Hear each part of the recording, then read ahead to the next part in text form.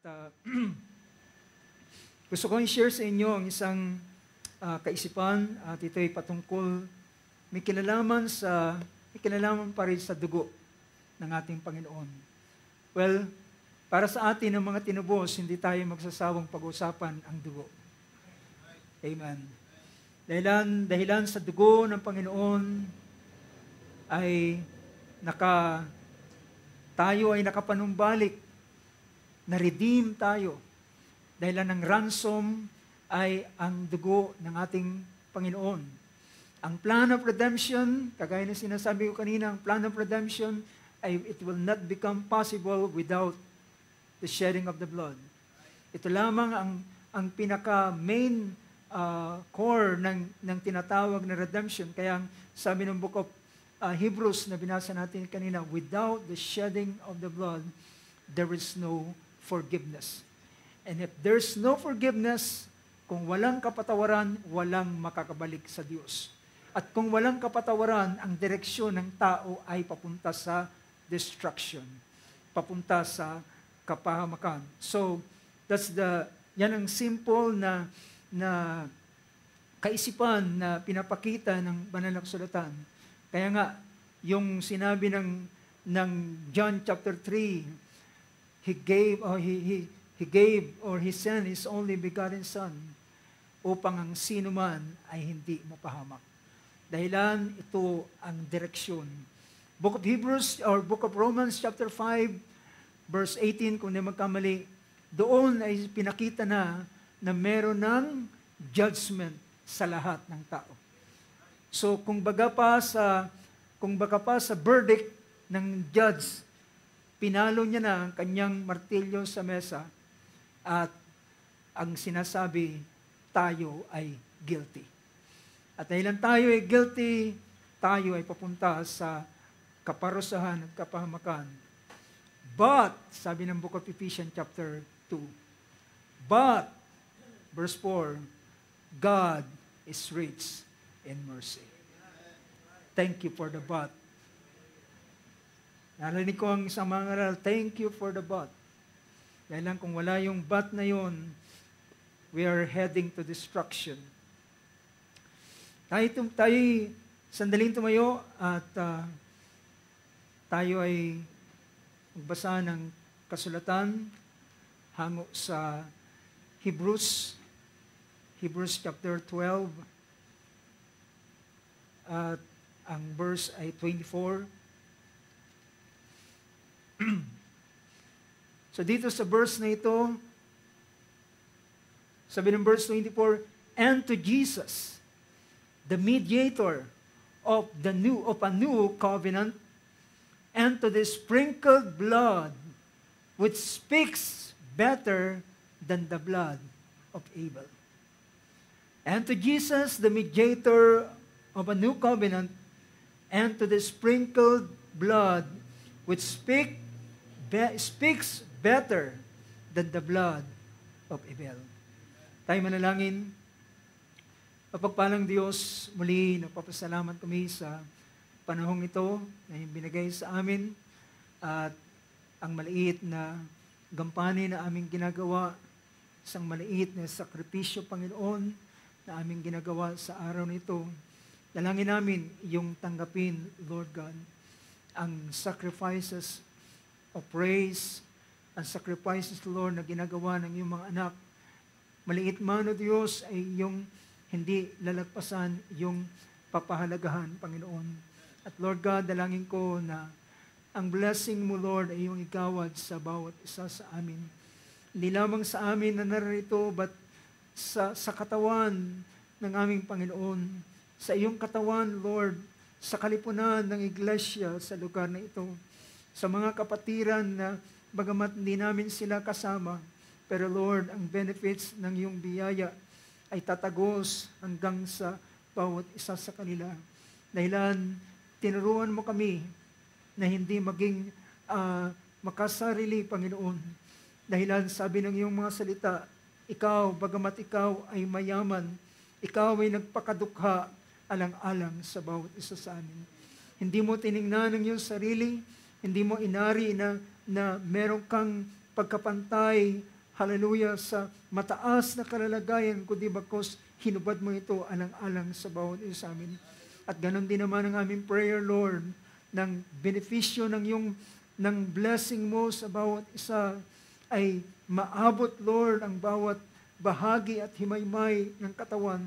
Dahil ang sinasabi ng kasabihan, Panginoon, ang nararamdaman ng maliit na bahagi ay nararamdaman ng buong katawan, Panginoon. At ang pagpapala ng isang bahaging katawan ay kagalakan din naman ng buong katawan, Panginoong Diyos.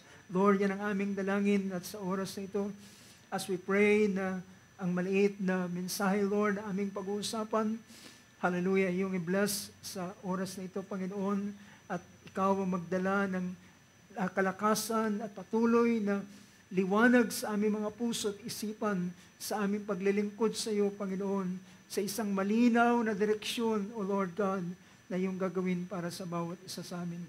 Ito ang aking dalangin, ito ang aming samo sa iyo at aming muling hinihiling ito sa pangalan ng aming Panginoong Kristo Jesus.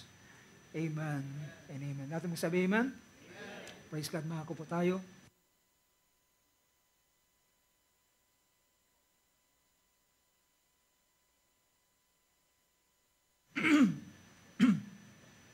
Purihin ng Diyos, sa oras na ito ay muli tayong dumulog sa mga salita ng ating Panginoon. Praise God. Sa verse na ito na ating binasa, ito ay ang pangungusap ni Apostle Pablo na siyang generally na kinikilalang author ng Book of Hebrews, ay matapos niya ipakita ang General Assembly sa verse 23, to the General Assembly and Church of the Firstborn who are enrolled in heaven, and to God the Judge of all, and to the spirits of the righteous made perfect, and to Jesus the mediator of a new covenant, and to the sprinkled blood which speaks better than the blood of Abel. So, bibigyan ko ng pansin yung kaisipan is the sprinkled blood that speaks. Ang ibinisik na dugo na nagsasalita o nangungusap. Well, yung ganitong kaisipan, mga kapatid, ay nakikita natin kapag merong isang taong nakaranas ng injustice. Maring siya ay pinatay, maring siya ay pinatay at yung kanyang sabihin natin yung suspect ay is at large o hindi pa siya nahuhuli. So, at hindi alam kung nasaan, para minsan naglalagay sila ng sisiw doon sa ibabaw ng kabaong. Dahilan, ang sabi nila, yung sisiw na yun, yung pag-chip niya, ay magiging daan para bagabagin yung konsensya ng isang tao. Well, actually, mga kapatid, hindi na kailangan maglagay pa ng sisiw doon. Yung sisiw na yun ay walang magagawa. But, the truth is, kapag ang isang innocent blood ay pinatay, ang dugo noon ay sumisigaw sa harapan ng Diyos. Ang dugo niya ay nagsasalita sa harapan ng Panginoon. At ang dugo ng taong ito ay humihingi ng katarungan. At sa banal na kasulatan, makikita natin ang ganitong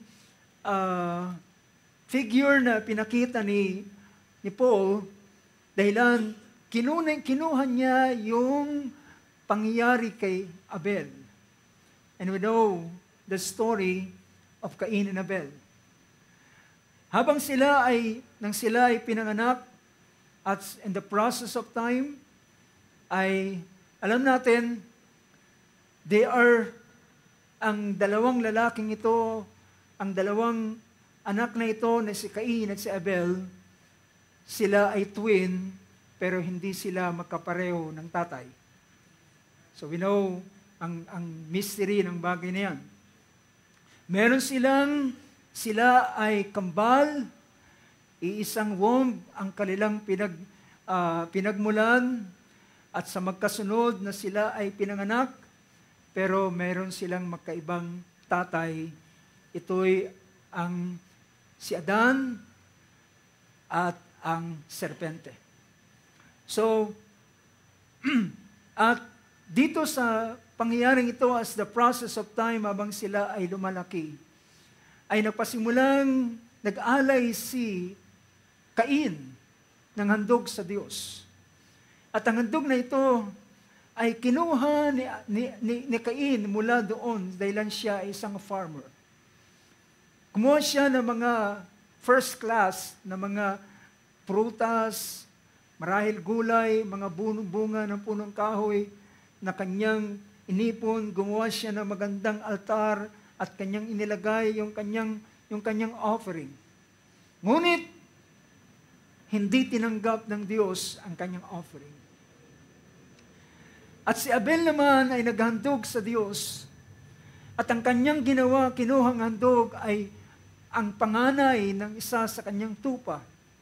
At kanyang ginilitan ng leeg, pinatulo ang dugo, gumawa ng dambana, at sinunog ang kordero, at ang usok nito ay pumailang lang, at ang Diyos ay nilingap ang handog ni Abel.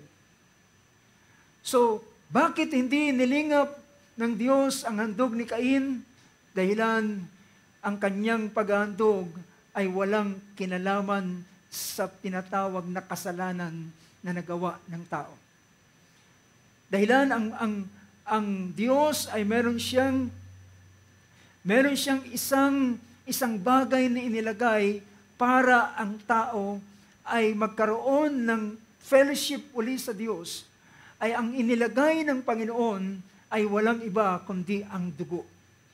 Sabi ng banal na kasulatan, sa panahon ng magkasala ang babae at lalaki, sila ay naghabi ng mga puno o rather ng mga dahon ng igos, mga fig leaves, at ginawa nilang pantakip sa kanilang katawan. At ngunit nang sila humarap sa Diyos, nung sila harap sa Diyos, hindi pa rin sila makaharap. At tinakpan nila ang kanilang kahubaran. Pero nang ang Diyos ay gumawa ng paraan, sabi ng Book of Genesis, ang Diyos ay kumuha ng balat ng hayop. So, meaning to say, pag kinuha mo ang balat ng hayop, ang hayop ay mamamatay, ang dugo ay titigis, at yun ang ginawa niyang pantakip sa mag-asawa bilang kanilang damit or apron na pantakip sa kanila. So, ang dahilan kung bakit si Cain hindi tinanggap ang kanyang handog, dahilan ang handog ay supposed to be na ito ay may kinalaman sa panunumbalik ng fellowship. And because yung prutas, yung gulay o ano pa mang mga bagay na inihain ni Cain ay walang kinalaman para mabalik ang fellowship ng tao at ng Diyos. Yan ang dahilan, hindi tinanggap ng Diyos ang haing ito. Ngunit si Abel, sabi ng Book of Hebrews chapter 11, by faith, Abel, sabi roon, by faith, verse 4 ng 11 ng Hebrews, by faith, Abel offered to God a better sacrifice than Cain, through which he obtained the testimony that he was righteous. So ang righteousness na tinanggap ni Abel, hindi ito kanyang sariling righteousness na i-present. Ito ay imputed righteousness because of his faith. Diba? Ito ay ibinigay o ibinilang ng Diyos na katwiran kay Abel dahilan sa kanyang paghahandog sa pamamagitan ng pananampalataya. At ang pananampalataya ay may kinalaman ito sa pagkaalam sa plano ng Diyos at pagkaalam sa panukala ng Diyos. So si Abel ay naghandog at nang hindi tanggapin ng Diyos ang hain ni Cain, ay naging dahilan upang si Cain ay magalit. At nang siya ay magalit, sabi ng Panginoon kay Cain, sabi niya, kung ikaw ba'y gumawa ng tama, hindi ka ba mararapatin? So ibig sabihin, hindi wasto ang ginawa ni Cain na paghahandog. Hindi wasto ang paghahandog ni Cain, kaya hindi siya tinanggap. Ang Diyos ay matuwid, mga kapatid. Dahilan, kapag katanggap-tanggap ang isang bagay at ayon sa kalooban ng Diyos, bakit hindi siya tatanggapin? Kundi, kay Cain ay dito namana ang isang sariling religion. Dahilan, si Cain ay gusto niyang mag-set ng sariling paraan ng pagsamba. And that's the reason siya ang naging ang mga naging descendant niya hanggang sa dumating kay Nimrod ay siyang nagtayo ng isang klase ng paniniwala at pananampalataya sa mga Diyos-Diyosan. So, at nang magkaroon ng pagkakataon si Cain, inanyayahan niya si Abel sa field, at nang makita sila doon sa field, ay pinatay ni Cain si Abel. At nang kanyang patayin si Abel, sabi ng Genesis chapter 4, pinakita roon ng book of Genesis, sabi rito sa verse 10 to verse 12, and sabi rito ng verse 10 sa wikang Tagalog, sabi niya, sinabi niya, anong iyong ginawa? It was after na, sabi rito, verse 8, tingnan muna natin ang verse 8. Verse 8, at siya'y sinabi ni Cain,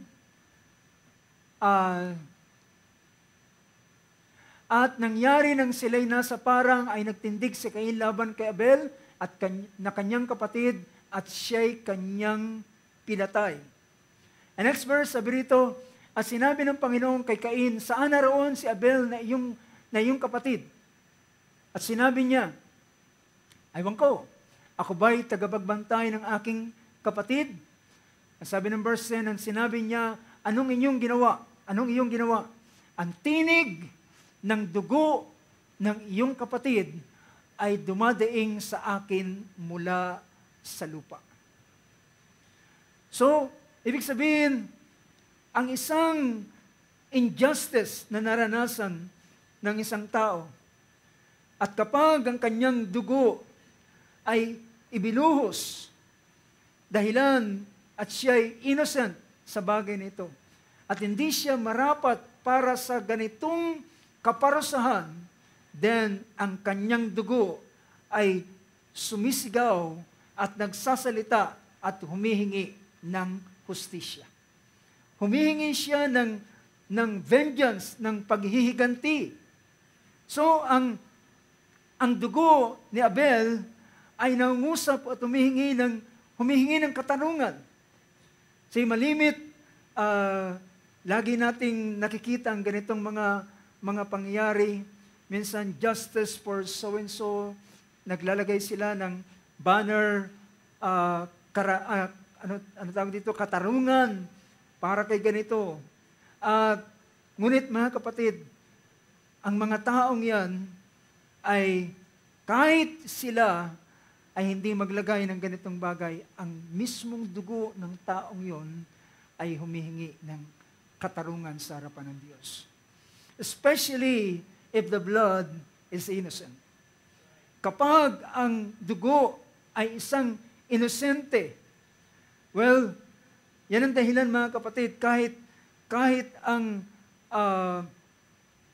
ang ilang mga bagay na ating napagtrato ng tao sa kanyang kapwa, ay ito ay mahalaga dahilan ang Diyos ay hindi rin nalulugod sa ilang mga injustices.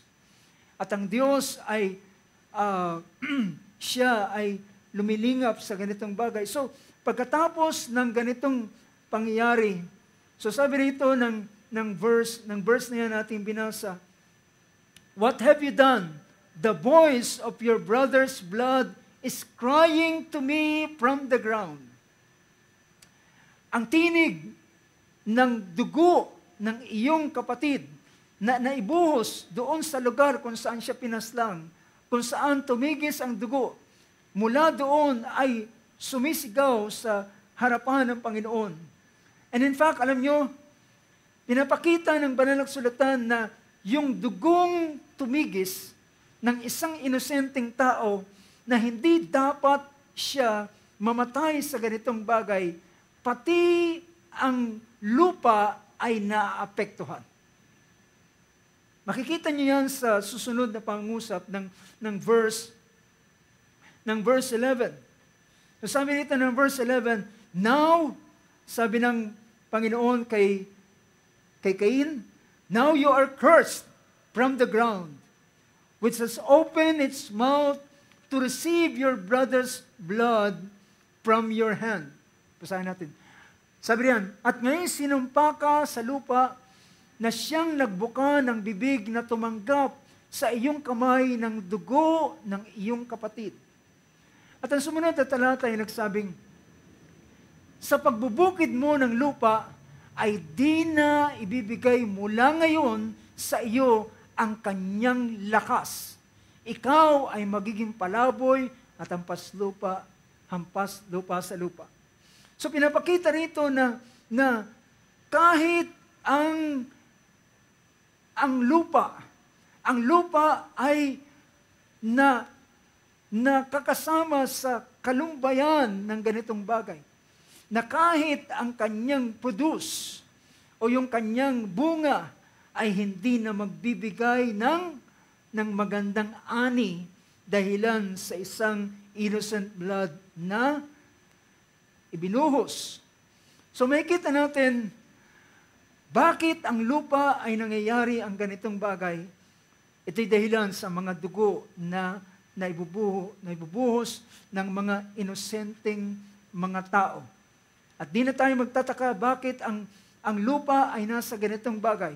It is because of so many innocent blood that's na-shed o naibuhos sa ibabaw ng lupa, mga pagpatay, mga iba't ibang klase ng mga krimen na nangyayari sa ibabaw ng lupa.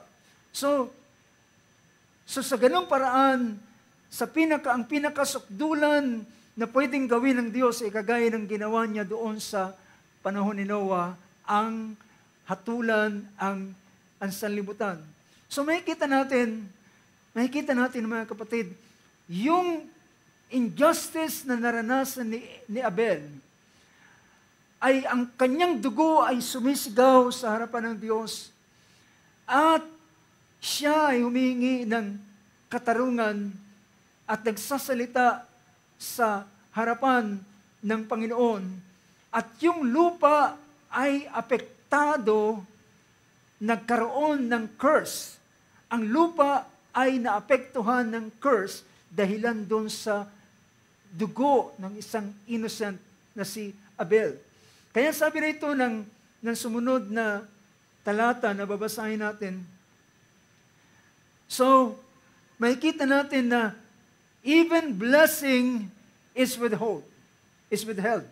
So napipigilan ang pagpapala, napipigilan ang blessing dahilan sa isang dugo na itinigis ng isang inosenteng tao na hindi siya dapat mamatay sa ganong paraan. Sabi ng Hebrews 11 verse 4 na binabasa natin kanina, ang verse na yon ay nagpahayag, at sabi rito sa verse, by faith Abel offered to God a better sacrifice than Cain, through which he obtained the testimony that he was righteous, God testifying about his gifts. So ang Diyos ay nagpapatotoo mismo, ang Diyos ay nagpatotoo, Abel is a righteous man. And God Himself testifying about His gifts and true faith. Sabi rito, though he is dead, he still speaks. Bagamat siya'y patay na, siya ay nagsasalita. Hindi na si Abel ang nagsasalita, pero yung dugo niya ay nagsasalita. Ang dugo niya ay nangungusap, humingi ng katarungan. Nagpapakita na yung gumawa sa akin ng ganitong bagay ay nagkasala laban sa akin at dapat siyang managot para sa bagay na ito. Yun ang sinisigaw ng dugo ni Abel. Na makikita natin sa iba pang mga talata sa banal na kasulatan ay merong isang pangyayari sa Biblia sa panahon ni Ahab na hari ng Israel. At sa panahon ito ay si Ahab ay bagamat siya ay meron ng nasa kaharian na, pero meron siyang nagustuhang isang vineyard. At ang nagustuhan niyang vineyard ay vineyard ng isang ang nagmamay-ari ay isang lalaking nagngangaling si Nabot. At gustong-gusto niya yung vineyard na ito dahilan niisip ni Ahab, masarap dito magpahinga, mapalipas ng oras at maganda marahil yung pagkakaset ni Nabot sa kanyang ubasan, na alagaan niya marahil ang napakahusay at napakaganda ng kanyang ubasan. At in-approach ni Ahab si Nabot at kanyang sinabi kay Nabot, sabi niya, gusto ko ang iyong ubasan. Bibiling ko sa iyo kahit magkano. Sabihin mo ang presyo, ibigay mo sa akin at ibibigay ko ang halaga. Si Nabot ay nagpahayag, mahal na hari, kinalulungkot ko, hindi ko pwedeng ibenta ang aking ubasan dahilan ito'y aking mana pa sa aking mga magulang. At ito ay mahalagang ibinigay sa akin. Umuwi si Ahab na nalulungkot. Pagdating ng kanyang bahay, nagkulubong ng kanyang ulo na umiiyak. At narinig ni Jezebel, sabi niya, bakit ka umiiyak? Marahil sinabi niya, Nabot, hindi ako pinagbigyan ng aking kahilingan, gustong-gusto ko ang kanyang ubasan, pero nabigo ako, kaya sabi niya, masama ang aking loob. At sabi ni Jezebel, hari ka? Umiiyak ka ng ganyan? Pwede nating gawa ng paraan yan. Ang ginawa ni Jezebel, gumawa siya ng isang kasulatan, sinalyuhan ng singsing ng hari, at ang nakasulat doon, ipatawag si Nabot. Siya ay namusong sa Diyos at sa hari, at nagtumawag siya ng mga false witness at nagpatotoo, tinawag si Nabot mula sa kanyang bahay, dinala doon sa pintuang bayan, at ang false witness ay nagsabi, ang taong ito ay dapat mamatay sapagkat siya ay namusong sa Diyos. Siya ay dapat batuhin hanggang sa siya ay mamatay. At kinaladkad si Nabot doon sa lugar at siya'y binato hanggang sa siya ay mamatay. At pagkatapos noon ng balita ng mga gumawa, nag-execute ng ganitong bagay, ay nagpaabot ng balita kay Jezebel, si Nabot ay patay na. At ang marinig ito na Jezebel, sabi niya, ano pang ginagawa mo dyan? Bumangon ka na. Si Nabot ay hindi na buhay, siya ay patay na. At siya'y bumangon, at along the way, inutusan ng Diyos si Elias, si Elijah, salubungin mo si Nabot, si Ahab, sabihin mo sa kanya, matapos mong pumatay, ngayon ikaw ay magpuposes, ikaw ay mag-aangkin ng isang ubasan, at pagharap ni Elijah kay Nabot, or kay Ahab, ay kanyang sinabi, matapos mong pumatay, ikaw ngayon ay magpuposes ng isang vineyard. At sabi niya, kung saan tumigis ang dugo ni Nabot, dinilaan ng aso, ay doon din ibubuhos ang iyong dugo at didilaan ng aso at ang kasama ng iyong mga anak. So makikita natin, bawat matuwid na dugo, matuwid na tao na pinapatay, ang kaniyang dugo ay nagsasalita at nangungusap sa harapan ng Panginoon. Ang book of Psalms chapter 9 verse 12. Psalms 9 verse 12 ay pinakita ang ganitong talata.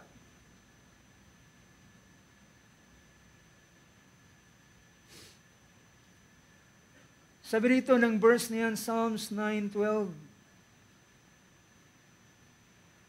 Sabi rito, for he who requires blood remembers them. He does not forget the cry of the afflicted. So sabi niya, ang Diyos na pinapakita rito, ang Diyos na humihingi, siyang nagsisiyasat ng dugo, siyang humihingi ng kabayaran, ay umaalala sa kanila at hindi niya kinalilimutan ang daing ng dukha. So, pinapakita rito na, alam nyo, ang daing ng isang pinaslang na taong matuwid, ang kanyang request ay hindi pwedeng hindi pagbigyan. So just bear in mind yung mga puntong yan dahil mamaya pupuntahan natin ang ganitong bagay. So tandaan ninyo, ang request ng isang innocent blood, ang kanyang panalangin, ang kanyang daing, ang kanyang kahilingan, ay hindi pwedeng palagpasin ng Diyos. So sabi rito sa isa pang pangusap, sa aklat ng Psalms chapter 72:14. Psalms 72 verse 14. Pinakita riyan na He will rescue their life from oppression and violence, and their blood will be precious in His sight. Ang kanilang dugo, well, dahilan alam natin, mga kapatid, ang dugo ang siyang nagre-represent ng mismong buhay ng isang tao. So, and their blood, ang kanilang dugo, will be precious in His sight. But, alam nyo, but the wicked, ang masama, sabi niya, na hindi siya nagsisi ng kanyang kasalanan, ay pinapakita na siya ay marapat sa tinatawag na kamatayan. So, sa ganitong bagay ay pinapakita na ang dugo ay sumisigaw, humihiyaw, at humingi ng katarungan. Book of Revelation chapter 6, verse 10. Yung tinatawag na souls under the altar. The souls under the altar. At alam natin kung sino sila. Ito ay ang mga Hudyong pinaslang sa panahon, hallelujah, ng Holocaust. At sabi rito, sabi ng chapter 6, verse 10, verse 9, and when the Lamb broke the fifth seal, I saw underneath the altar the souls of those who had been slain because of the word of God and because of the testimony which they had maintained. And they cried out with a loud voice, saying, How long, O Lord, holy and true, will you refrain from judging and avenging our blood on those who dwell on the earth? So, Panginoon, sabi niya, ang mga ito ay sumisigaw, How long, O Lord, holy and true? Hanggang kailan, Panginoon, banal at totoo, na iyong pipigilan ang iyong paghatol at paghihiganti sa aming dugo laban sa kanila na mga nananahan sa lupa. So, may establish natin ang ganitong bagay na ang dugo ay nagsasalita. Diba? Ang dugo ay nagsasalita. At ang dugo ay yung sinasabi nito ay, sabihin pa natin, is absolute. Hindi pwedeng pasubalian. At kanina ay binigyan natin ng pansin yung nangyari na paglabas ng bayan ng Israel sa Egypt. At alam niyo ba na doon sa paglabas nila, kagaya ng binigyan natin ng pansin kanina, involved ang dugo.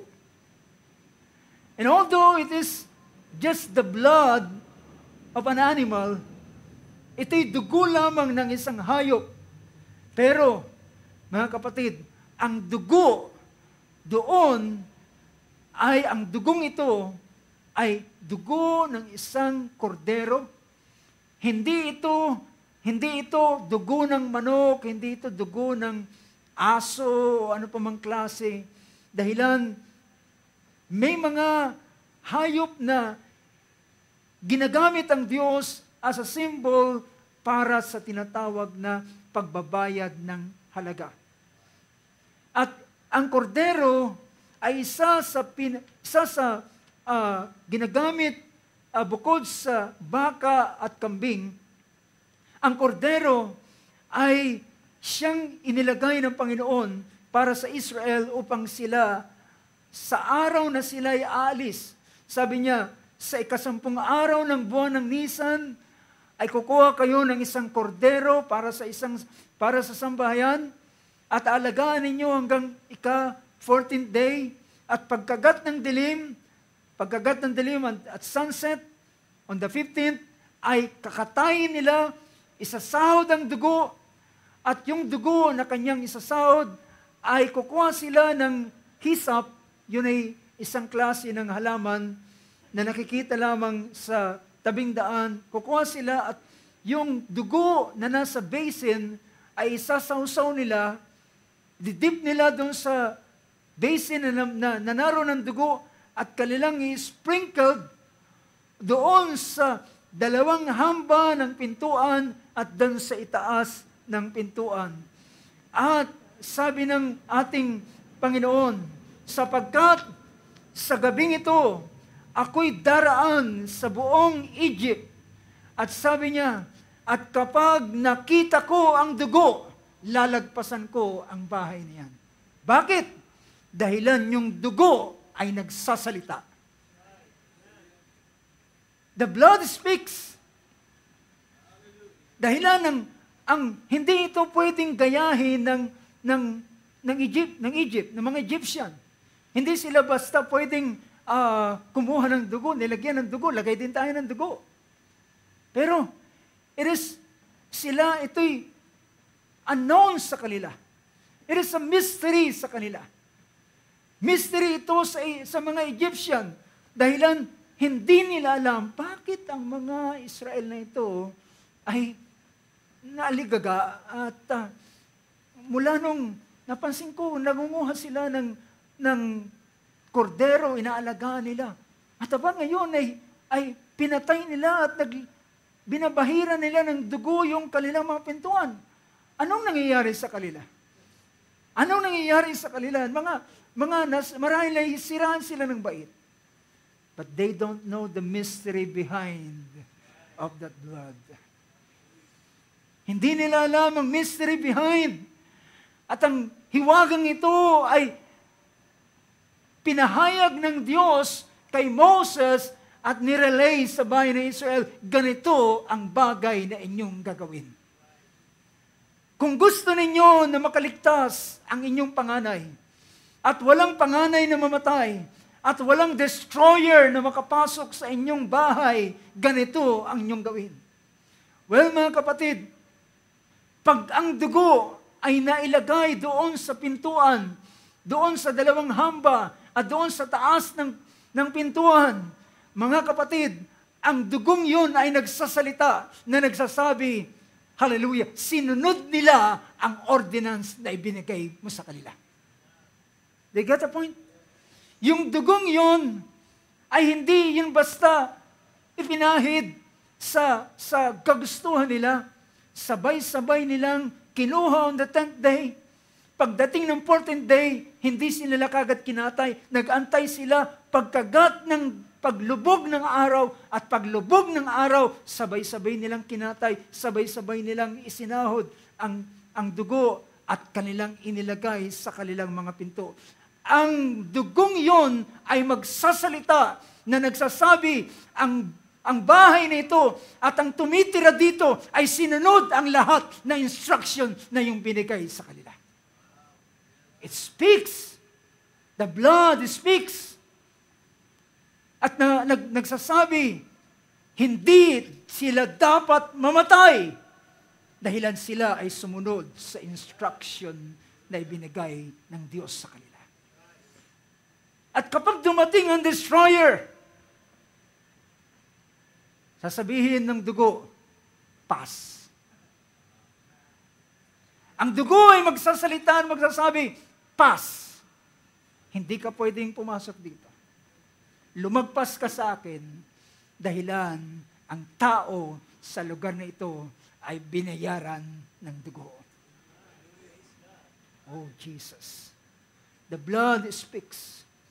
At ang isa sa magandang bagay doon ay pinakita ng verse ng chapter 12. Babasahin ko muli yung binasa natin kanina. At sabi roon, verse 22 ng chapter 12, you shall take a bunch of hyssop and dip in the blood which is in the basin and apply some of the blood that is in the basin to the lintel and the 2 doorposts, and none of you shall go outside the door of his house until the morning. Walang kukuha sila, ilalagay nilang dugo at di sila lalabas doon sa pintuan ng bahay nila. Hindi sila pwedeng maggala-gala. Hindi nila pwedeng sabihin, nilagay ko na yung dugo, pinahid ko na yung dugo, at okay, nandun naman sa bahay, pero wala ka doon sa bahay. Praise God, sabi ng ating Panginoon, ang dugo niya ay nasa kanyang ulo. Siya ay walang pagsalang mamamatay. Dahilan, walang dugo na magsasalita para sa kanya. Pero kung naroon siya sa loob, well, naalala natin yung istorya ng awit na merong isang anak na panganay na nagtatanong sa kanyang tatay. Sabi niya, Ama, sigurado ka ba na hindi ako mamamatay? Ama, alalahanin mo, panganay ako. Pero marahil sabi ng ama, huwag mo rin kakalimutan, panganay din ako. At kung ikaw ay mamamatay, ako rin ay mamamatay. Pero dahilan, sinabi ng Panginoon at ginawa natin ang ayon sa kanyang sinabi, ang dugo ngayon ay tingnan mo, nakabahid doon sa pintuan at sa hamba ng ating pintuan. And rest assured, hindi tayo mamamatay.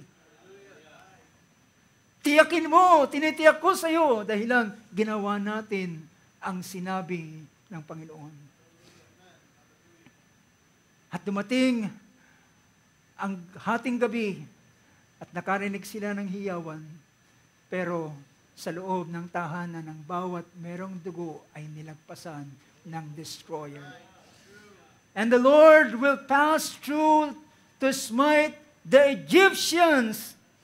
And when he sees the blood on the lintel and on the two doorposts of the Lord, the two doorposts, the Lord will pass over the door. Praise God. Nakaranas na kayo, at kami maraming, may mga beses din na nakakaranas, kumakatok yung Meralco. At alam nila, hindi ka pa nakapagbayad, at kapag tinanong, sabi niya, merong kinakailangan kang i-settle, wala kang resibong may pakita. Dahil lang kung meron ka sanang resibong may papakita, yung resibong yun ay magpapahayag, magsasalita sa kanyang sarili. Pero dahilan sa hindi ka nakapag-settled, well, papapasukin mo ng buong laya yung magpuputol at puputulin niya ang service ng kuryente. Pero bawat bahay na alam niya na bayad ay lalagpasan.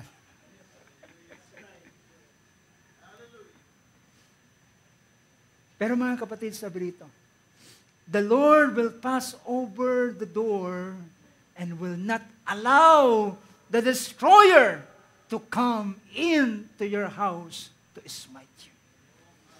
Even the destroyer ay gagalang niya yung salita ng dugo. Gagalang niya yung dugo na nagsasalita at sabi niya, hands off siya, wala siyang pwedeng saktan doon sa nasa loob ng bahay at pupunta siya sa next door. At kung ang door na yon ay walang bahid ng dugo, papasukan niya at ang lahat ng panganay doon ay mamamatay. Mga kapatid, the blood speaks. The blood speaks. Ang dugo ay nagsasalita. Hallelujah. Well, mga kapatid, ang dugong yan, hindi lamang yan basta dugong kulay pula. Kagaya ng minsan ako'y nanonood ng ilang mga clips habang nilalagay under the lens of the microscope ang isang drop of blood. At kapag nilagay yung drop of blood sa isang plate ng glass, at yung maliit na patak na yun, kahit napakaliit na patak siya, at papatungan siya ng isa pang glass doon sa ibabaw, at mag-spread out yung dugo. At kapag tiningnan sa ilalim ng lens ng microscope, yung dugong ito, at the more na kanyang isusum ito into 1,000 times. At kapag sinum niya into 1,000 times, makikita mo na yung dugong yun ay may mga cells doon sa loob niya. Ito'y microscopic, hindi ito kayang makita ng mata, pero dahilan sa lente ng microscope ay makikita mo yung mga bilog na yun, na minsan nakabunton, na tila mga coins. Ang tingin po doon ay mga coins, na ibig sabihin, talagang ang dugo ay pwedeng pangbayad. Especially ito ay dugo ng tao. So siya ang dugo ay nananatiling buhay sa ilang mga panahon hanggang sa siya ay mamatay. So nakita natin sa panahong ito, ang destroyer ay kanyang i-honor ang pagsasalita, ang dugo na nagsasalita, na nagsasabi, hindi ka pwedeng pumasok sa bahay na ito. Ang bahay na ito ay binayaran ng dugo. Chapter 11 muli ng Book of Hebrews, verse 28. Sabi ng verse dito, and by faith, he kept the Passover and the sprinkling of the blood so that he who destroyed the firstborn would not touch them. See, yung sprinkling of the blood.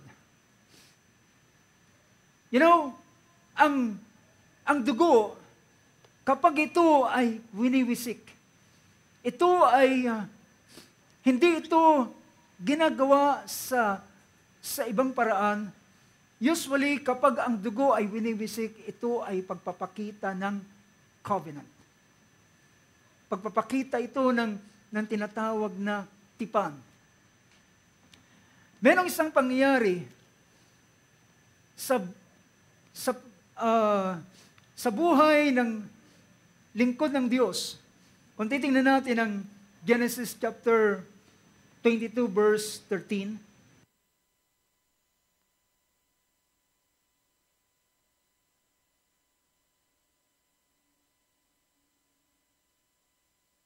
Tingnan natin ang verse na yan. Sa verse 13 ng Book of Genesis, chapter 22 rather. Chapter 22. At tayo ng mga babasa ng Biblia ay alam natin kung anong nilalaman ng chapter 22 ng Genesis. It is the time when si Abraham was, sabi rito, siya ay sinubok ng Diyos. At alam natin ang kasaysayan, pero pupunta na lamang ako doon sa verse 13. Sa verse 13,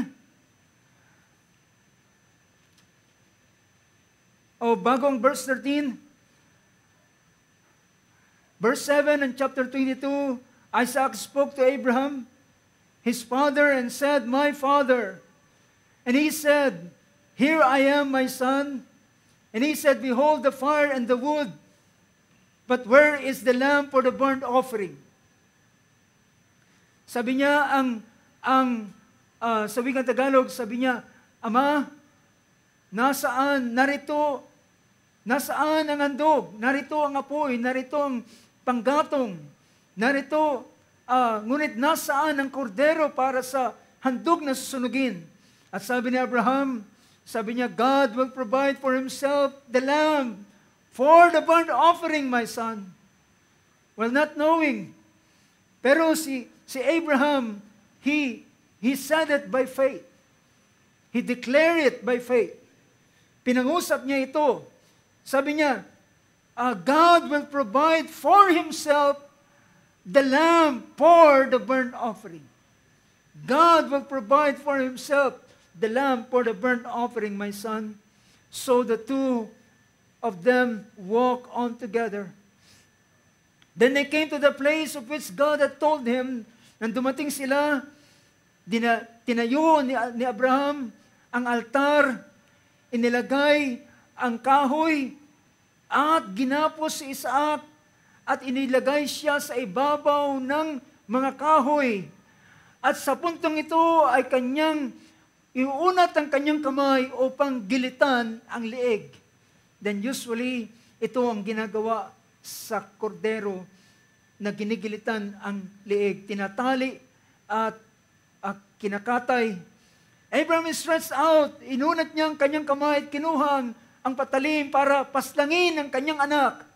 Verse 11, "But the angel of the Lord called to him from heaven and said, 'Abraham, Abraham.' He said, 'Here I am.'"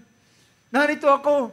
Sabi ng verse 12, sabi sa Tagalog, sabi niya, "Ngunit, at sa kanya'y sinabi, huwag mong buhatin ang iyong kamay sa bata, o gawan man siya ng anuman, sapagkat talastas ko ngayon na ikaw ay natatakot sa Diyos sa paraang hindi mo itinanggi ang iyong anak, ang iyong bugtong na anak." Now, anong ginawa ni Abraham? What he did is just to obey. What he did is obey. Sumunod lamang siya sa sinabi ng Panginoon sa kanya. Bumangon na maaga, naghanda ng panggatong, naghanda ng mga asno, tinawag ang kanyang mga alipin, ginising si Isaac, inilagay at sila'y nagpasimulang naglakbay ng 3 araw. At ginawa niya ang lahat At sabi niya, then, sabi ng Panginoon, huwag mong saktan ang iyong anak, sapagkat ngayon nalalaman ko. Well, mga kapatid, ang pagsunod na ginawa ni Abraham, ang nagpatunay na siya ay natatakot sa Diyos. So ang pagkatakot sa Diyos ay ang product nito ay walang iba kundi ang pagsunod sa Diyos. Ang taong natatakot sa Diyos, ang product nito ay susundin ng Diyos higit sa kanyang sarili. Higit sa kanyang kagustuhan. Yon ang pinapakita ng pagkatakot sa Diyos. Now, sabi niya, nalalaman ko na ikaw ay natatakot sa Diyos dahil hindi mo ipinagkait ang iyong anak, ang iyong kaisa-isang anak sa akin. Verse 13, then Abraham raised his eyes, tumingin siya at nakakita siya sa gawing likuran ng isang, sabi rito, niya na narito ang isang tupang lalaki, Aram. Lalaki na sa dakong likuran na niya nahuli sa dawag sa kanyang mga sungay at pumaroon si Abraham at kinuha ang tupa at siyang inihandog na susunugin na inihalili sa kaniyang anak. Now mga kapatid, at pinabayaan muna na si Abraham ay maghandog sa Diyos. At nang matapos na si Abraham ay maghandog sa Diyos, sabi ng banal na kasulatan, Abraham called the name of the place the Lord will provide. It is said to this day in the mountain, and the mount of the Lord it will be provided. Then the angel of the Lord called to Abraham second time from heaven and said, by myself I have sworn, declares the Lord, because you have done this thing, you have not withheld your son. Siya ang sabi niyan sa Tagalog, dahilan sapagkat ginawa mo ito, hindi mo itinanggi sa akin ang iyong anak, ang iyong bugtong na anak. Next verse, sabi niya, at sinabi sa aking sarili sumumpa ko, anang Panginoon sapagkat ginawa mo ito, hindi mo, ano ba? Verse 17. Na sa pagpapala ay pagpapalain kita, at sa pagpaparami ay pararamihin ko ang iyong binhi, na gaya ng mga buhangin o bituin sa langit, at gaya ng buhangin sa baybayin ng dagat, at kakamtin ng iyong binhi ang pintuang bayan ng kanyang mga kaaway. Alam niyo mga kapatid, ang dugong ito ng kordero ay nagpasimulang siyang nagsalita para kay Abraham.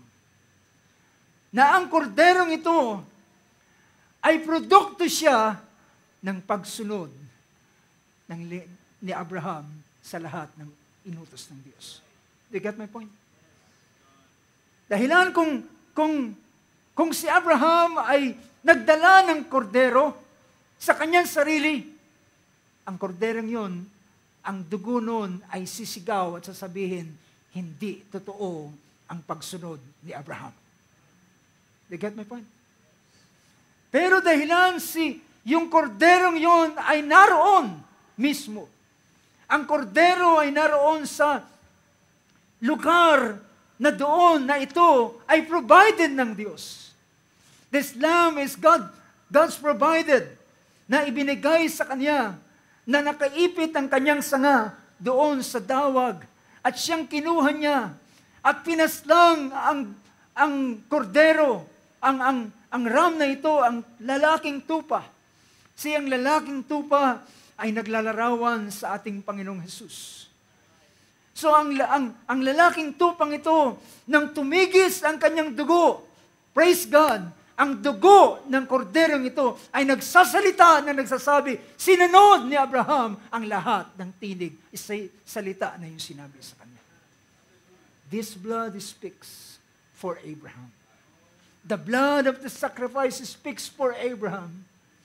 At sabi rito, and the angel, sinabi niya, ngayon, tandaan ninyo mga kapatid, kanina nang ang dugong, isang inosenteng dugo na hindi dapat mamatay sa ganitong paraan ng kamatayan, nang ang dugo ay tumigis, sumisigaw sa Diyos ng katarungan, at ang lupa ay nasumpa. Sinumpa ang lupa at ang blessing ay napigilan para sa Kanya. Pero dito, dahilan sa pagsunod at dahilan sa pagtalima, ang dugo ng kordero ay nagpapahayag para kay Abraham. Kagaya ng kaloob ni Abel na nagpapatotoo doon sa kanyang sarili na siya ay isang matuwid na tao. At ang dugo ng korderong ito ay nagsasabi, dapat siya sa pagpapala, hindi sa sumpa. Ang dugo sa kay Abel ay sumisigaw, hindi siya dapat pagpalain. Dapat siyang sumpain dahil ang ginawa niya ang ganitong bagay. Pero ang dugo ng kordero, ng hayop na kinatay, ay nagsasalita para kay Abraham. Kaya ang Diyos ay nagsalita at nagpahayag. Well, I'm just binibigyan ko lamang ng pansin ang bagay na ito. Pero sabi niya, verse 17, I will greatly bless you. I will greatly multiply your seed as the stars of the heaven, as the sands which is on the seashore, and your seed shall possess the gate of their enemies. Praise God. Kahit ang kanilang tagumpay, hallelujah, ay pinahayag ng Panginoon dahil ang dugo ay nagsasalita, si Abraham ay sumunod sa lahat ng iyong inutos sa kanya. The blood speaks. At ang tagumpay sa kanyang binhi ay kanyang maranasan. In your seed, all the nations of the earth shall be blessed, because you have what? Pasin natin ang sapagkat sinunod mo ang aking tinig. Ang dugo ay nagsasalita sa kanyang sarili. Dahilan, hallelujah, sinunod ni Abraham ang sinabi, because, what? Sabi rito, because you obeyed my voice. In blessing, I will bless you. In multiplying, I will multiply your seed just as the sun and as the stars. And your seed shall possess the gates. Ang sure victory ay pinahayag din ng Diyos dahilan ang dugo. Dahilan ito, usually mga kapatid, ang dugo, kapag merong hinihiling ang isang partido doon sa kabilang partido at sinunod nung isang partido yung hinihiling ng kabilang partido, hindi po pwedeng i-withhold ng kabilang partido ang blessing para sa kanya. You get my point? Hindi ito pwede. It is unrighteous. It is unrighteous na hindi ibigay yung due para dun sa taong sumunod sa kabilang panig. Ang problema dito mga kapatid, sa mga contract dito, naghahanap sila ng flows. Diba?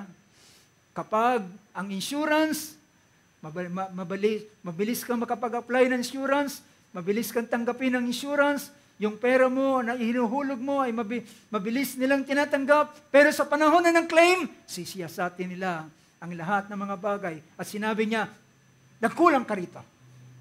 You violate this. Therefore, forfeited na. Forfeited na ang dapat na claim na yung makiklaim sa iyong insurance. Well, that's unrighteous. That's unrighteous. Because of that certain flow. Well, nang sinunod ni Abraham ang Diyos, hindi na pinaalala kay Abraham, di ba nagsinungaling ka dati? Di ba may mga bagay kang palpak na ginawa sa iyong buhay? Di ba sumunod ka kay Sarai, ay pinanganak si Ismael? Well, it's irrelevant sa ganitong bagay pinag-uusapan. Abraham obeyed his voice. And the blood of the lamb of the ram speaks for Abraham. That he is worthy for the blessing. He is worthy para sa lahat ng bagay na pagpapala. Now, mga kapatid, if the blood ng mga taong ito at ang dugo ng hayop ay nagsasalita, how much more the blood of Jesus. Amen. The blood of Jesus speaks better things than that of Abel. At ang maganda rito, mga kapatid, hallelujah. Well, I believe the blood of Jesus is the blood of an innocent man. A blood of a sinless person. His blood, ang dugo niya is the blood of a righteous man. Ang kanyang dugo, ang dugo ito na napakamura ng appraisal ng mga Pharisees, ang binigay lamang nila kay Judas is 30 pieces of silver. How cheap. Napakamura. Ganun lamang ang tingin nila sa dugo ng ating Panginoon. Pero sabi ng Book of Peter, He is precious in the sight of God. He is precious. Siya'y mahalaga. Siya'y mahal. Hindi siya 30 pito lamang ng pilak na kasing halaga lamang ng isang maliit na square ng lupa. Pero mga kapatid, yan ang dahilan bakit ang dugo ng Panginoon ay mahal. Did you know that? Bakit mahal ang dugo ng ating Panginoon? Ang dugo na inaalay ni Abraham, hindi kanyang dugo. Hindi kanyang sariling dugo.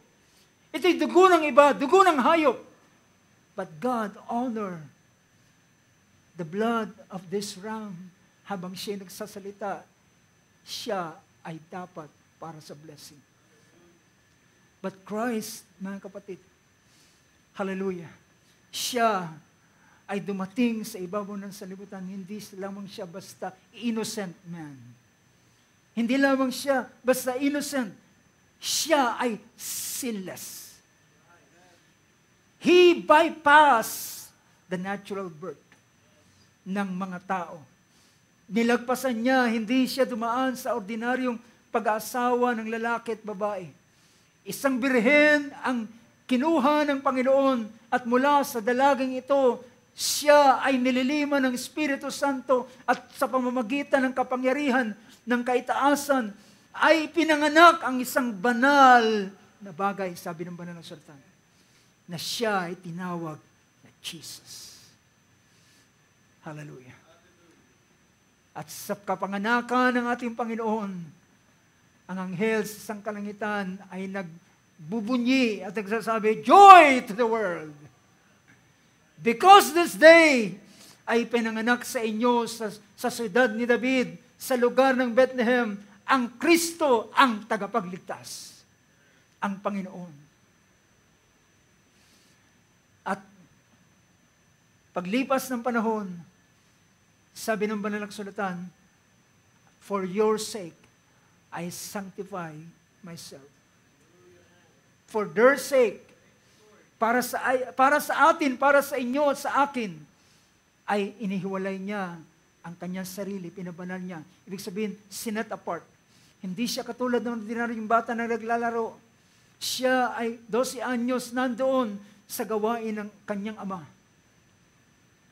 At pagdating ng 30 years old, siya mga kapatid, saan siya lumaki?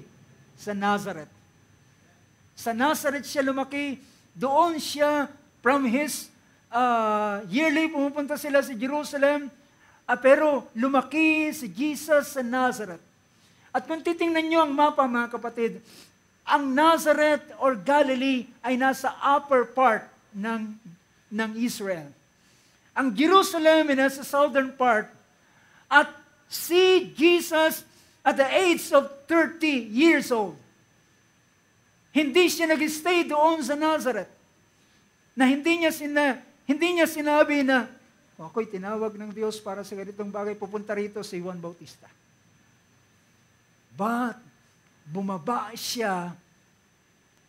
pumunta siya sa Jerusalem or sa near Judea at doon sa Jordan ay naabutan niya si John the Baptist na nagbabautismo. Hinanap niya kung nasaan si Juan Bautista. At sabi niya, ako ay narito para magpabautismo. At sabi ni Juan, hindi ako ang dapat magbautismo sa iyo, ikaw ang magbautismo sa akin.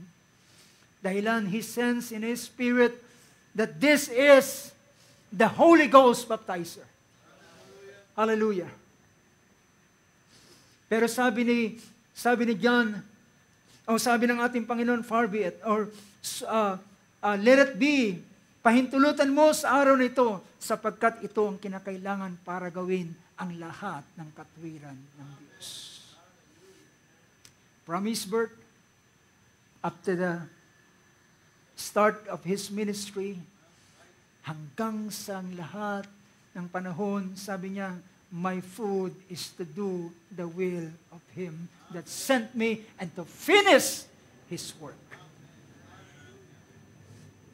At hanggang sa pinakahuling hugot ng kanyang hininga, at bago pa man siya pumunta, nang dumating na ang panahon, sabi ng mga kapatid niya, sabi niya, bakit ka narito? Bakit di ka pumunta doon sa piyesta? Sabi niya, sabi ng ating Panginoon, ang aking panahon hindi pa dumarating. Pero, nung dumating na ang kanyang panahon, sabi niya sa mga lagad, pupunta tayo in Jerusalem.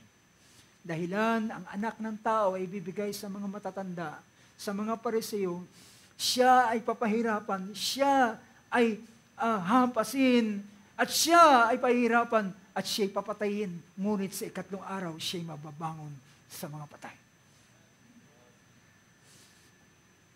Pwedeng mag-run away ang ating Panginoon. But, He chose. Pinili niya na pumuntang Jerusalem. Hindi siya nag-stay ng Nazareth. But siya ay pumunta ng Jerusalem.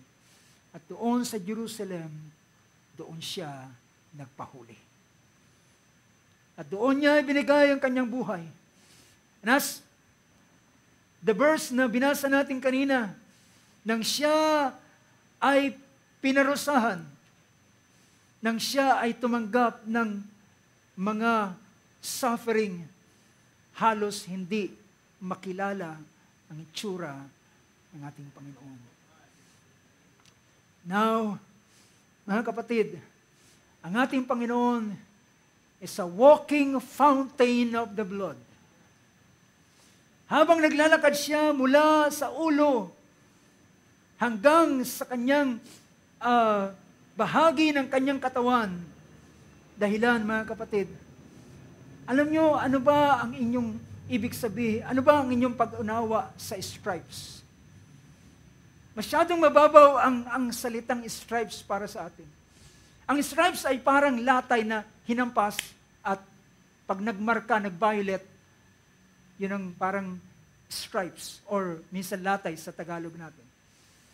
Pero yung stripes ng ating Panginoon, hindi lang ito basta galos, hindi ito basta kung anong bagay.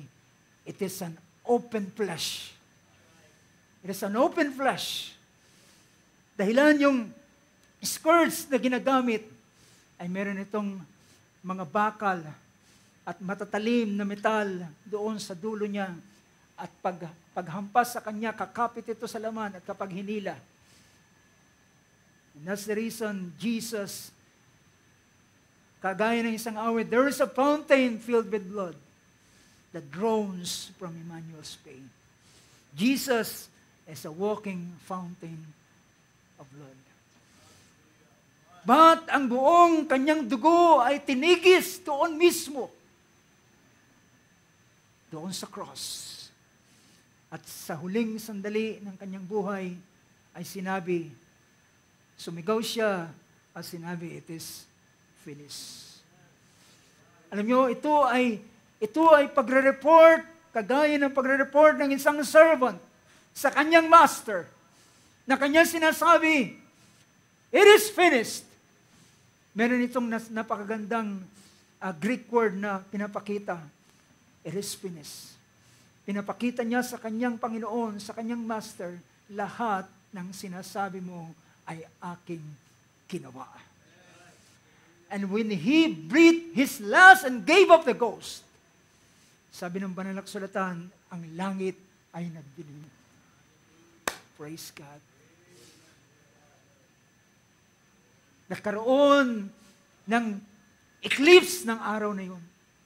Nagkaroon ng eclipse from 12 in the afternoon, on noon, 12 high noon, hanggang alas 3 ng hapon, nagkaroon ng eclipse. Yumanig ang lupa, bumuka ang lupa. At mga kapatid, at nagkaroon ng pagkidlat, at yung mga tao na naroon ay sumigaw, tunay ng taong ito ay anak ng Diyos. Sila ay nagpatotoo. And not only the person who witnessed the death of Jesus, even nature himself bear witness that this is the Son of God. And this blood is an innocent blood, is a righteous blood. Praise God. At yan ang dahilan nang ang ating Panginoon, sabi ng Book of Hebrews chapter 9, ay umakyat sa langit. He presented Himself in the presence of God. At nang kanyang ipresenta ang kanyang sarili sa presensya ng Diyos, wala siyang pwedeng itanggi, kundi siya ay tanggapin. At ngayon, ang biyaya ng Diyos ay sumagana at bumaha dahilan sa ginawa ng ating Panginoong Hesus. Sumagana ang kanyang biyaya dahilan sa ginawa ng ating Panginoon. Now, sa ilang mga sandali, ay gusto kong tingnan natin ang ilang mga bagay. Puntahan natin ang Romans chapter 5, verse 12.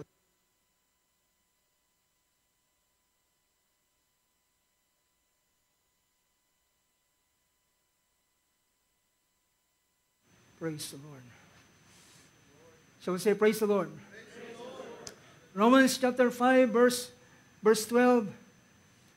Now, pinakita rito ng banal na kasulatan ang ginawa ng dugo ng ating Panginoon.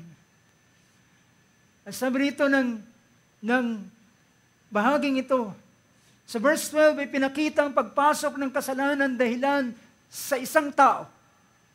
Because of Adam, dahilan kay Adan, ay nakapasok ang kasalanan at ang kamatayan na siyang kabayaran ng kasalanan ay naranasan ng lahat ng tao dahil lahat ng tao ay dineklarang makasalanan. At sabi rito, ang kamatayan ay naghari. Verse 14, ang kamatayan ay naghari mula kay Adan hanggang kay Moses, kahit man sa kanila na hindi nagkasala na kagaya ng kasalanan ni Adan, na siyang pinaka-tipo at larawan ng bagay na darating. But verse 15, ngunit, sabi rito, but the free gift, yung walang bayad na kaloob, but the free gift is not like the transgression, for by the transgression of the one, sa pamamagitan ng kasalanan ng isa, sabi niya, ay, maraming namatay. Dahilan sa kasalanan ng isa, ay maraming namatay.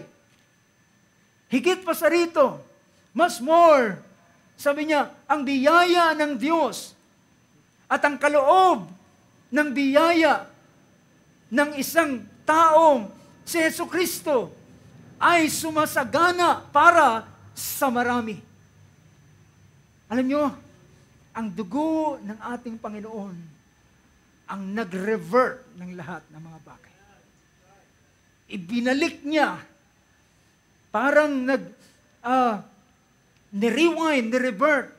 Kapag ikaw ay nag-install ng isang application o kaya nag-transfer ka ng file, kapag nagkaroon ng problema, ang kanyang gagawin ay i-revert niya. Ibig sabihin, lahat ng file na nai-transfer niya na ay kukunin niya uli at ibabalik ito sa dati. So, ang ginawa ng ating Panginoon ay siyang nag-revert o nag-turn, nagpihit ng pangyayari sa sangkatauhan. At pinakita rito, the gift, sa verse 16, the gift is not like that which came through the one that sinned.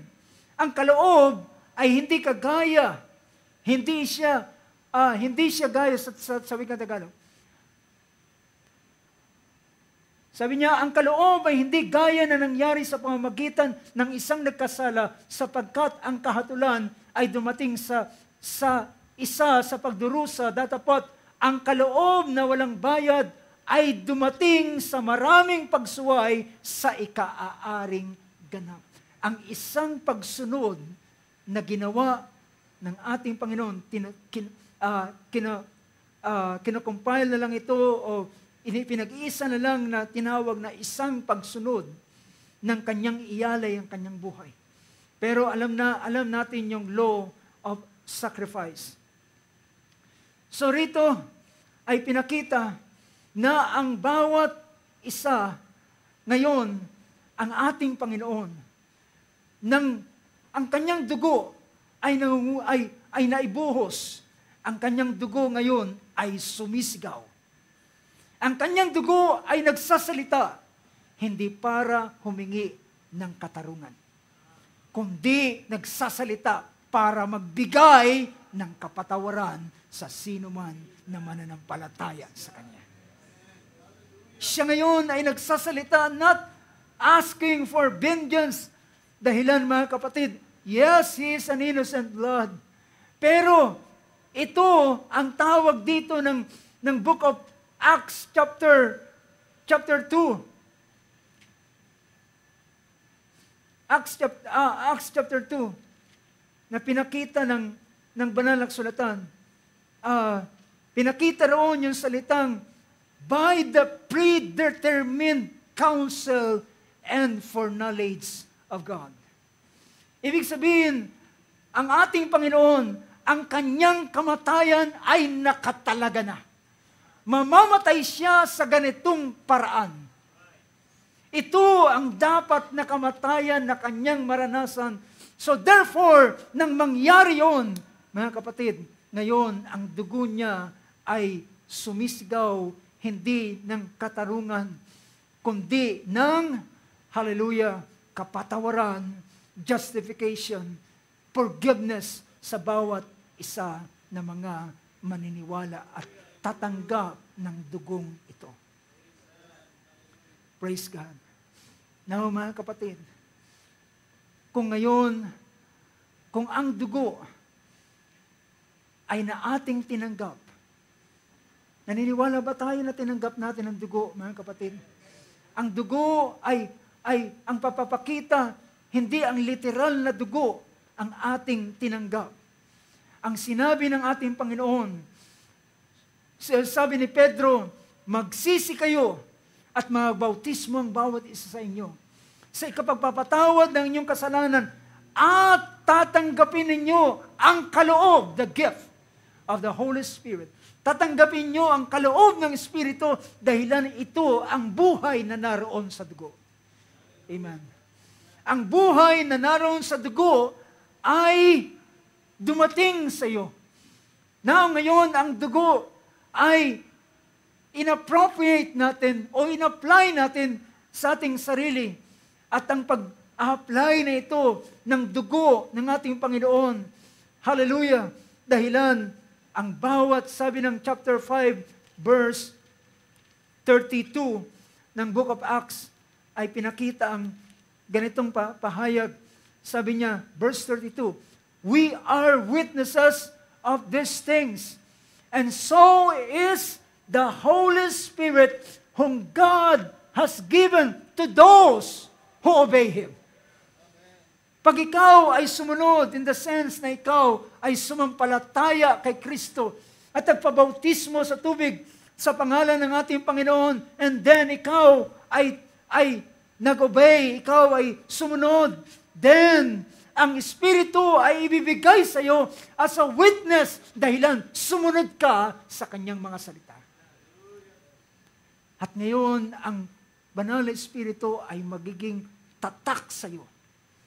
Kagaya ito ng dugo sa pintuan na naroon sa Israel. Or rather sa Egypt, nang sila, ang Israel na nasa Egypt pa. Nang ang dugo ay nakabahid doon, ibig sabihin, ang dugong yun ay nagpapatotoo na sinunod nila ang bawat instruction. Ako'y nagpabautismo sa pangalan ng Panginoon. Ako'y sumampalataya kay Kristo bilang aking tagapagligtas. At ngayon, bilang dahilan sa ako'y sumampalataya na pabautismo, ako ay karapat-dapat. Ako ay minarapat na tumanggap ng pangako. Dahilan ang pangako ay para sa bawat isa na sumusunod sa Kanya. At ngayon, anong sabi ng banal na kasulatan sa chapter Ephesians 1:13 ay pinakita rito, "And him also after listening to the message of the truth, the gospel of your salvation, having also believed, you were sealed in Him with the Holy Spirit of promise." Ngayon, ikaw ay merong tatak. Merong tanda. Hallelujah. At alam niyo ba mga kapatid, ang dugong yan na nariyan sa loob mo, hindi ang pula, kundi ang buhay na naroon sa dugo. Ito ay nagsasalita. Puntahan natin ang Romans chapter 8. Romans chapter 8, verse 14 to verse 16. Ang sabi ng verse na ito, praise God, for all who are being led by the Spirit of God, sila na mga pinapatnubayan ng Espiritu ng Diyos, ay sila ang mga anak ng Diyos. Sila ang mga anak ng Diyos sapagkat hindi natin tinanggap ang Espiritu ng pagkalipin sa ikatatakot.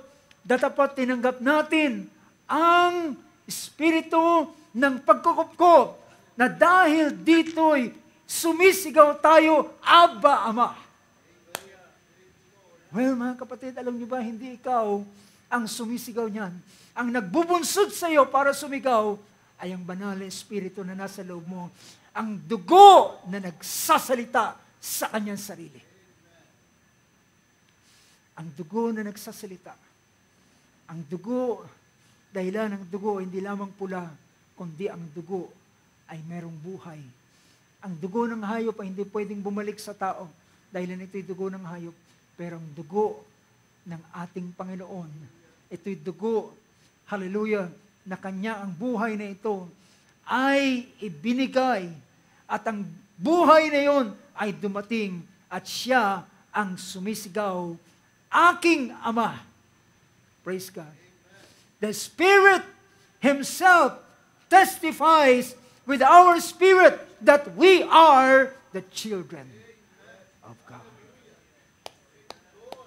Praise God. Nakikita natin mga kapatid, the blood of Jesus speaks far more better. Higit pa ang kanyang pinapangusap. Ang kanyang sinisigaw, hallelujah, ay kapatawaran. Sumisigaw siya ng kapatawaran sa bawat isa na tatanggap sa kanya. At sabi ng banal na sulatan, sa sino man na tumanggap sa Kanya ay binigyan sila ng karapatan na maging mga anak ng Diyos. Purihin ang pangalan ng ating Panginoon, mga kapatid. Hallelujah. Gusto kong magtiwala sa dugo ito na hindi ako ang magpapatotoo sa aking sarili. Siyang sisigaw sa loob ko. Hallelujah. Hindi niya ipapahayag kung ano ang aking ginawa dahilan wala akong anumang bagay na ginawa sa aking sarili. Ang ipapahayag niya ay ang katwiran ng ating Panginoon. You know, brothers and sisters, bakit ang cross ay napili ng Diyos na doon isagawa ang kamatayan? You know what is the cross? Alam natin kung ano yung tsura ng cross. Pero pansinin ninyo, ang cross ay kung ito ay kagaya ng daan, yung nasa kanan, kapag dumaan ka sa cross, mapupunta ka sa kaliwa. At yung nasa kaliwa, ay mapupunta sa kanan. Alam niyo, sabi ng ating ni Apostol Pablo, si Kristo ay ginawang kasalanan para sa atin upang tayo ay maging katwiran sa Kanya. Because of the cross. Nagkaroon ng pagpapalit, mga kapatid. Ikaw na makasalanan ay naging matuwid. At siya na matuwid ay naging makasalanan. At ito ngayon ang sinisigaw ng dugo na naroon sa iyo. Well, mga kapatid, kung ang dugong yan ay ating patuloy na pagkakatiwalaan, siyang sisigaw para sa ating sarili. Ikaw ay anak ng Diyos. Ikaw ay binayaran ng halaga. Ikaw ay pag-aari ng Diyos. At ikaw ay hindi mapapahamak. Praise God, praise God. Palakpakan natin ating Panginoon sa oras ito. Praise God, hallelujah, tayo tumayo. Hallelujah. Praise be to Jesus. It is the blood na nangungusap. Higit pa kaysa sinisigaw ng dugo ng isang inosenteng lalaki, si Abel. Dahilan sa dugong ito, dito naganap, hallelujah, ang bagong tipan. You know, last verse na gusto kong basahin, permit me. Gusto ko lang kunin ang Galatians chapter 3, verse 13 and 14. Ang verse na ito ay nagsasabi, verse 13, Christ redeem us from the curse of the law, having become a curse for us. For it is written, Cursed is everyone who hangs on a tree. Nang si Abel ay mamatay, ang dugo niya ay nag-invoke ng curse sa lupa. But, nang ang dugo ng Panginoon ay tanggapin ng lupa, ang lahat ng curse ng lupa ay kanyang kinuha. Na-revert ang lahat ng bagay. Bumalik sa kanya ang curse. Kinuha niya ang curse. Ang curse ng lupa ay kanyang kinuha. Sapagkat, curse is everyone who hangs on a tree. Ang sumpa ay napupunta sa kanya. Kinuha niya na ang sumpa, mga kapatid. We're no longer in a curse. Wala na tayo sa sumpa. Well, sabihin pa natin, ang ating mga magulang, dahilan ang kasalanan ng pagsamba sa Diyos-Diyosan, ay tumatagos hanggang sa ikatlo, ikaapat na salilang lahi. Pero kapag ikaw ay kinilala mo ang dugo ng Panginoon, hallelujah, aalisin niya ang lahat ng curse sa iyo. At ang blessing, sabi rito, in order that in Christ Jesus, the blessing of Abraham might come to the Gentiles so that we would receive the promise of the Holy Spirit through faith. Para ating tanggapin ang pagpapala. Ang ating Panginoon, ang dugo na kanyang tinigis, ang kanyang katawan ay naging parang magnet. He absorbed all the curses.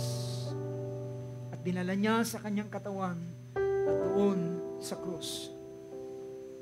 At ang siya'y mamatay, siya'y nilibing, pumunta sa kalaliman siya ay kagaya ng scapegoat na pinataw ang kamay ng saserdote at ipinataw ang kasalanan ng buong Israel at pagkatapos siya ipapakawalan sa ilang at siya ay daladala niya ang lahat ng kasalanan ng Israel. Daladala ng ating Panginoon ang lahat ng kasalanan ng fallen Adam's race. At siya'y pumunta sa kalaliman. Hallelujah.